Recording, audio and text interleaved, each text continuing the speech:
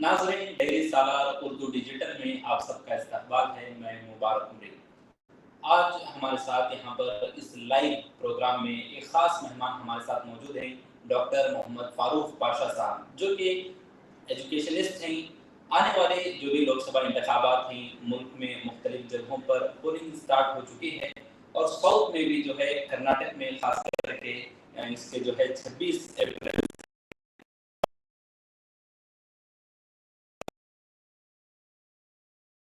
Vote देने को लेकर के किसको वोट दें, ये हमारे सामने बहुत ही बड़ा सवाल है कि हम किसको वोट दें। तो इन्हीं सवालात को लेकर के और पिछले 10 साल जो रूलिंग पार्टी रही है मुल्क में बीजेपी, उन्होंने क्या काम किए हैं जो कि आम लोगों को क्या फ़ायदा पहुँचा है या किस तरीके से उन्होंने मुल्क को चलाया है।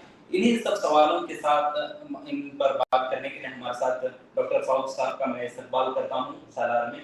तो कैसे देखते हैं फारूक साहब के जो भी 10 साल गुजरे हैं मोदी जी के, उसमें उन्होंने क्या किया है और मुल्क को क्या दिया है?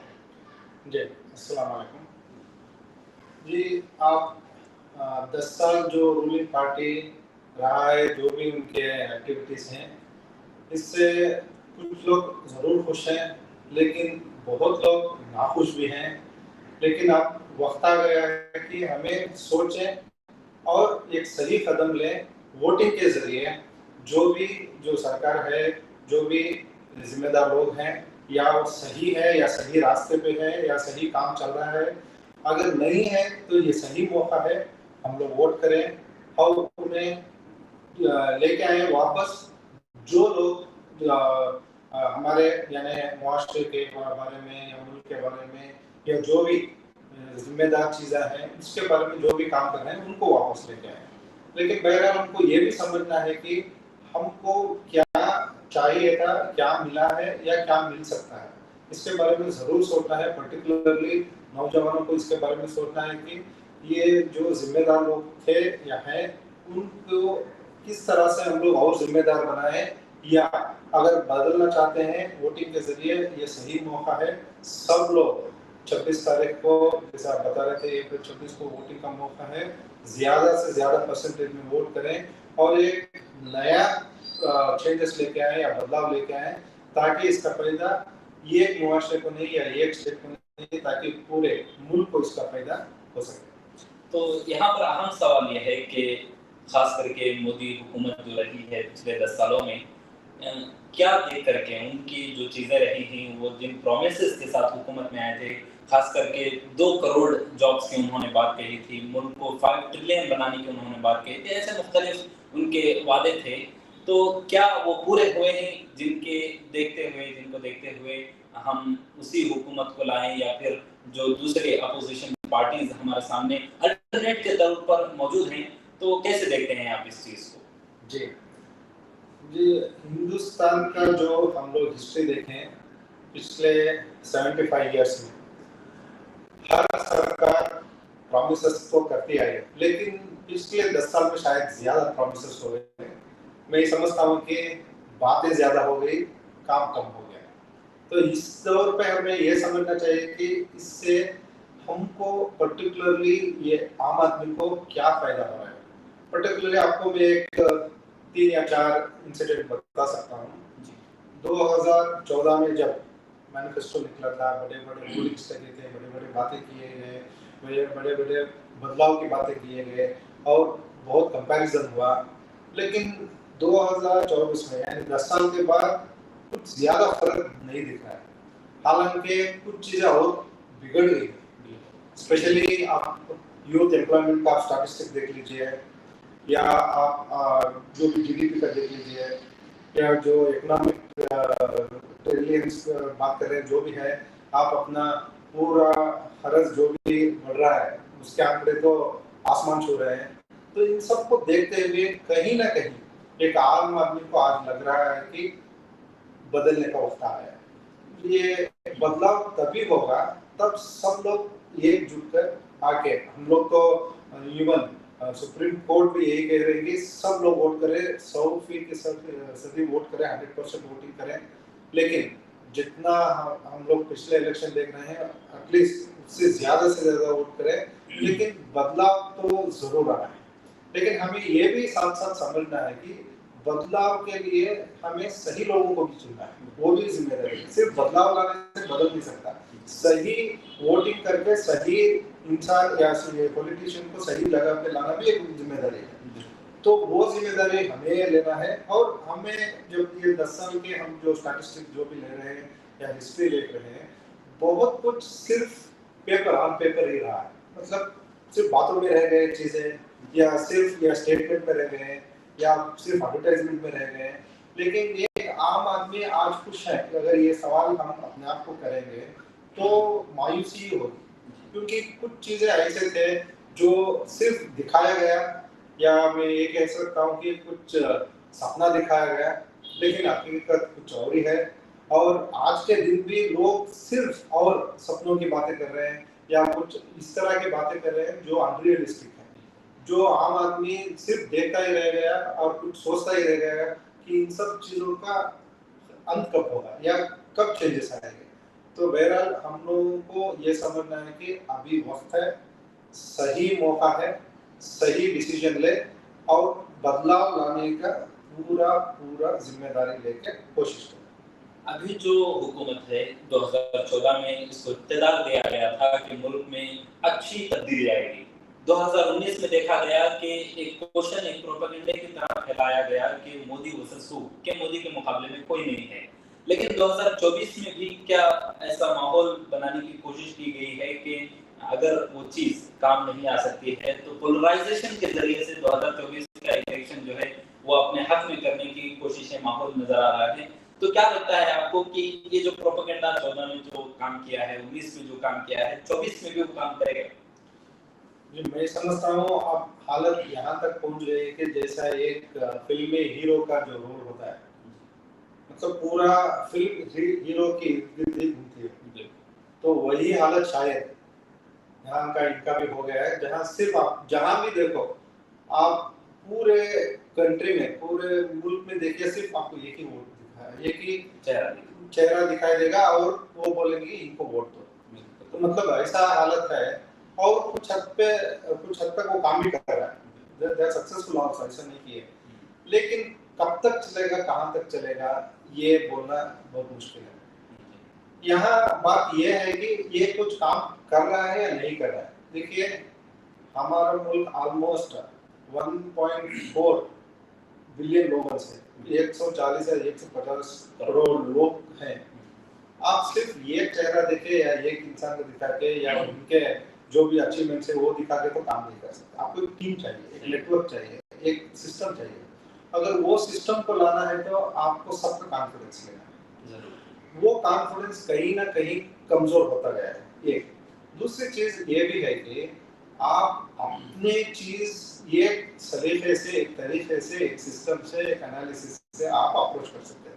लेकिन कुछ लोगों को ये लगने लगा है, कुछ हद तक सही भी है, कि कुछ चीजें फोर्सफुली, इंटेंशनली और कुछ चीजें सिचुएशनली, सब चीज डाले गए हैं, दिमागों में डाले गए हैं, मुआशरे में डाले गए हैं।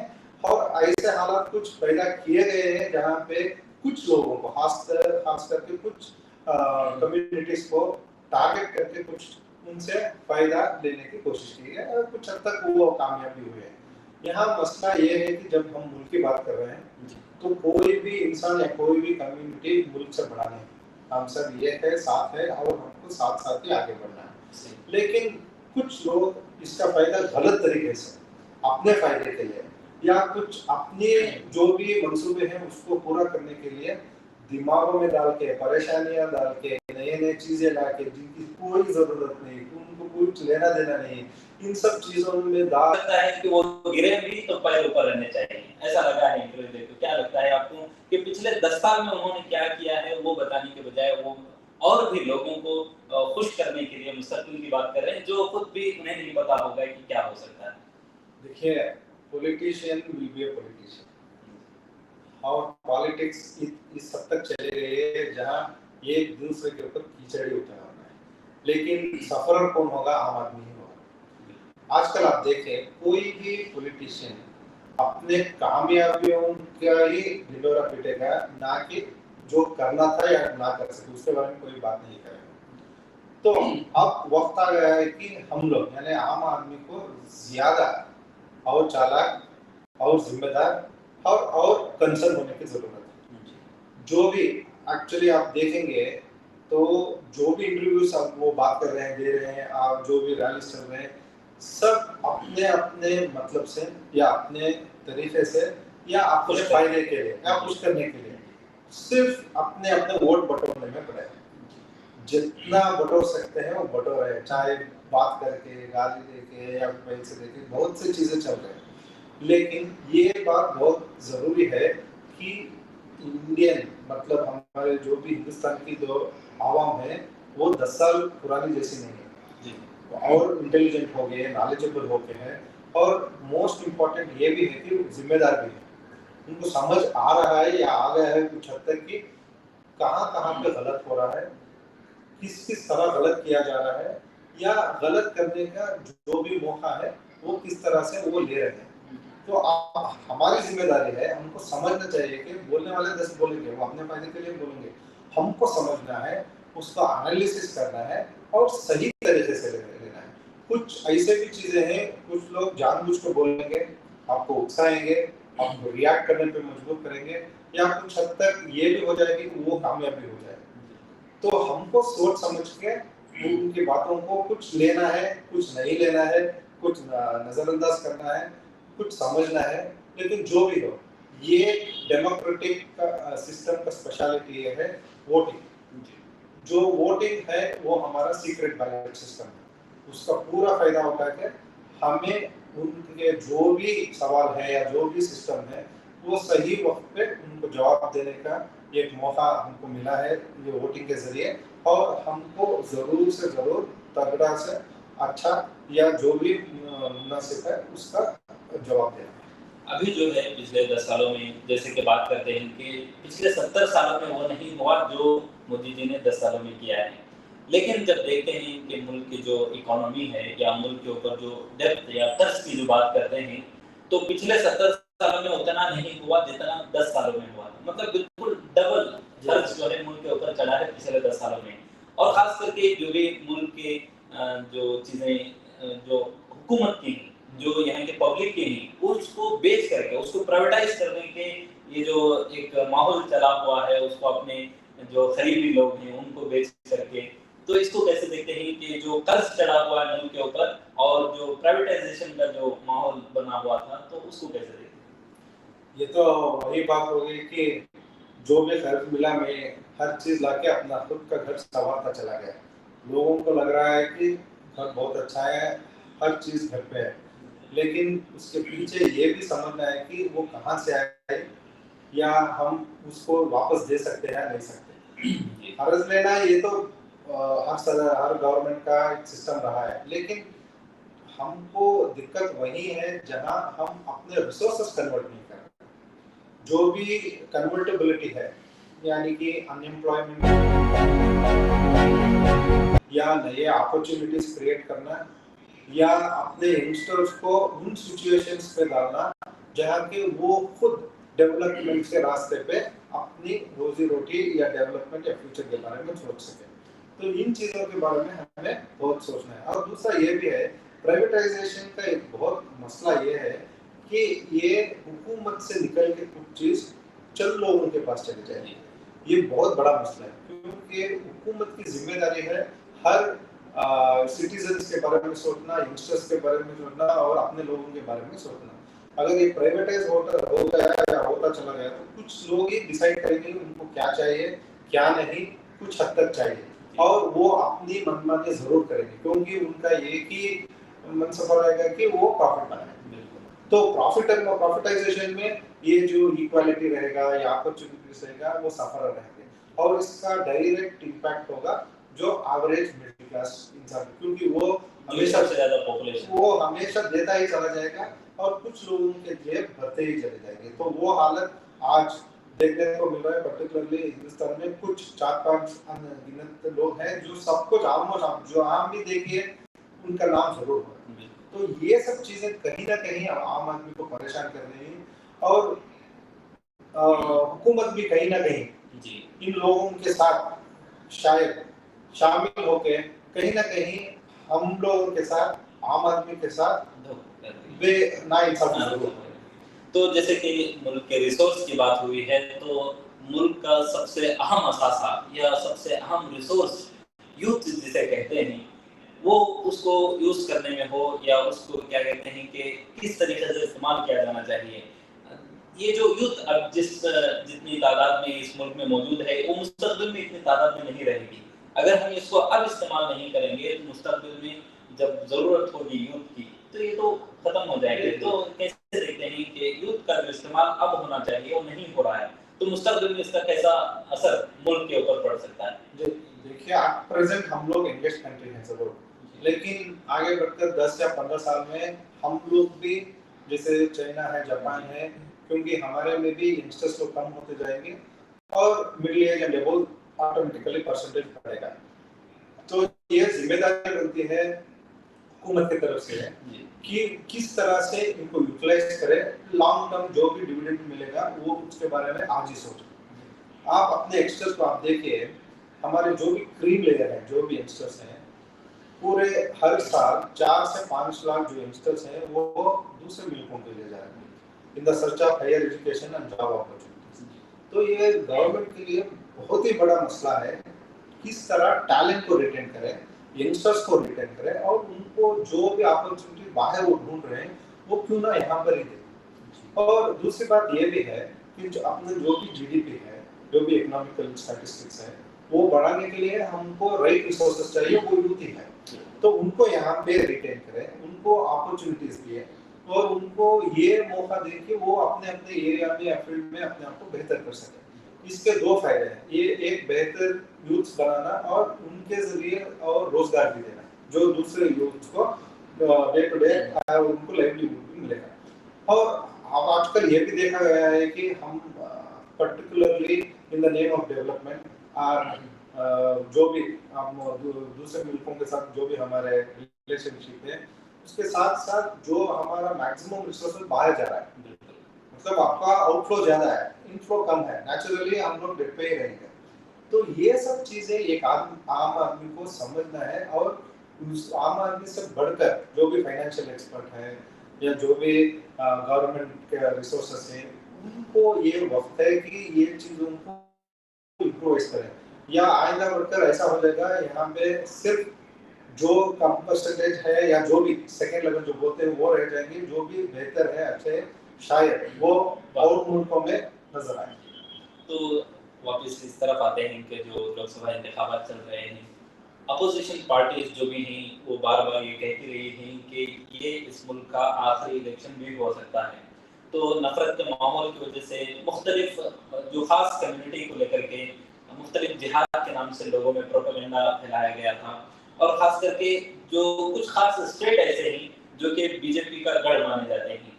तो क्या वैसे स्टेट्स जैसे गुजरात हो गया, यूपी हो गया या मध्य प्रदेश हो गया, तो इन इलाकों में क्या तब्दीली देखने को मिल सकती है इस इंतखाब में? देखिए, change is the hour of the day, तो आपको तब्दीली लानी है, लाना होगा अगर तरफ ही चाहिए तो, और ये जिम्मेदारी हमारे पर है। लेकिन हमारे जो मुल्क में है 30 से भी ज्यादा स्टेट है, हर स्टेट का खुद का मसला है, अपने ही कुछ राय है या कुछ लिमिटेशन है या उनका ही जो हम लोग बोलते हैं प्रॉपर फुटहोल्ड जो बोलते हैं वो भी है। तो इन सबको देखते हुए ये कहना मुश्किल है। और आपको ये भी मालूम है कि ये सिर्फ एक स्टेट का इलेक्शन नहीं है, पूरे मुल्क का इलेक्शन है।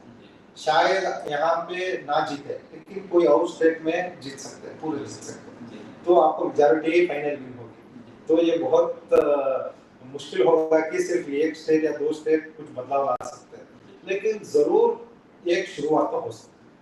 अब बदलाव सब में भी लाना है, अगर यही सोच पूरे मुल्क में रही तो जरूर बदलाव आएगा।